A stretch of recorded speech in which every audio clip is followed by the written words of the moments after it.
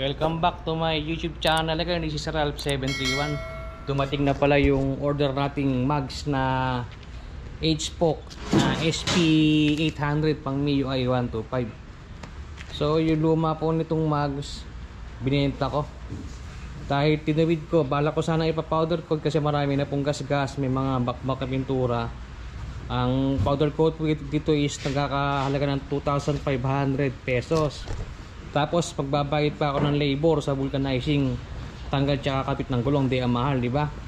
Abutin ng 3,000, mga 3,1 ganun abutin. So bumili na lang ako nitong mugs sa Shopee. Ito dahil yung luma ko pong mugs nabenta ko. So ito, naka-voucher naman tayo malaki. So kaunting dagdag lang po, nakatipid pa rin tayo bago pa yung mugs natin. Kaya lang po naghintay ako ng mga halos 3 araw.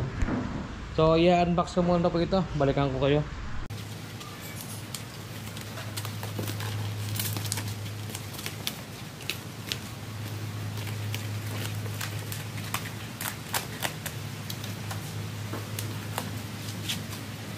Okay, ganyan pala galing to. Yan yung motorcycle parts. Ganyan.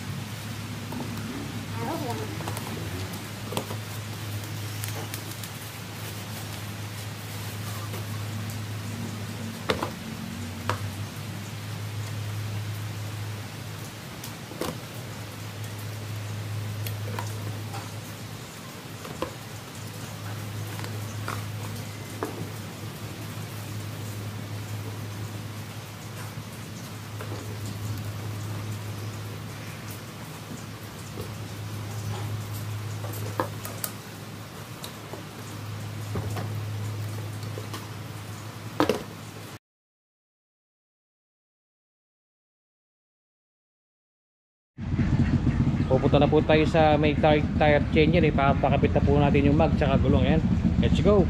Dito tayo ngayon kay NC Bora. Dito tayo magpapakabit ng gulong. Ito yung gulong ko, yan. Kakabit po dito yan. Mayroon silang machine.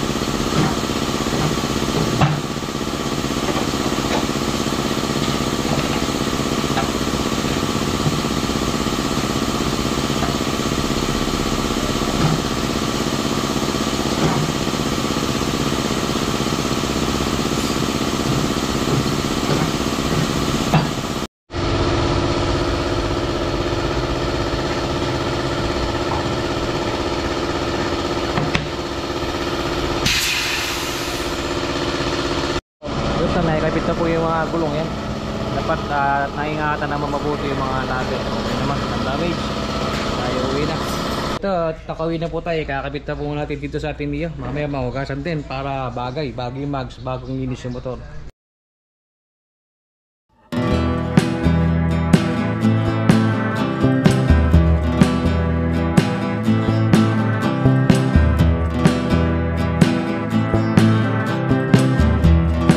At ito, nakikabit na nga po natin yung mags. Ayan, medyo bumagay naman yung kulay yan. Ayan na kanyang lalabasan na yan. Okay naman. RB Racing Boy SP800 H-Spoke mags. Ayan. So madumi yung motor, iwawashing din po natin. Ayan, kumagay po siya. Ayan, okay. Hanggang dito na lang po ating video at maraming salamat po sa mga nanonood.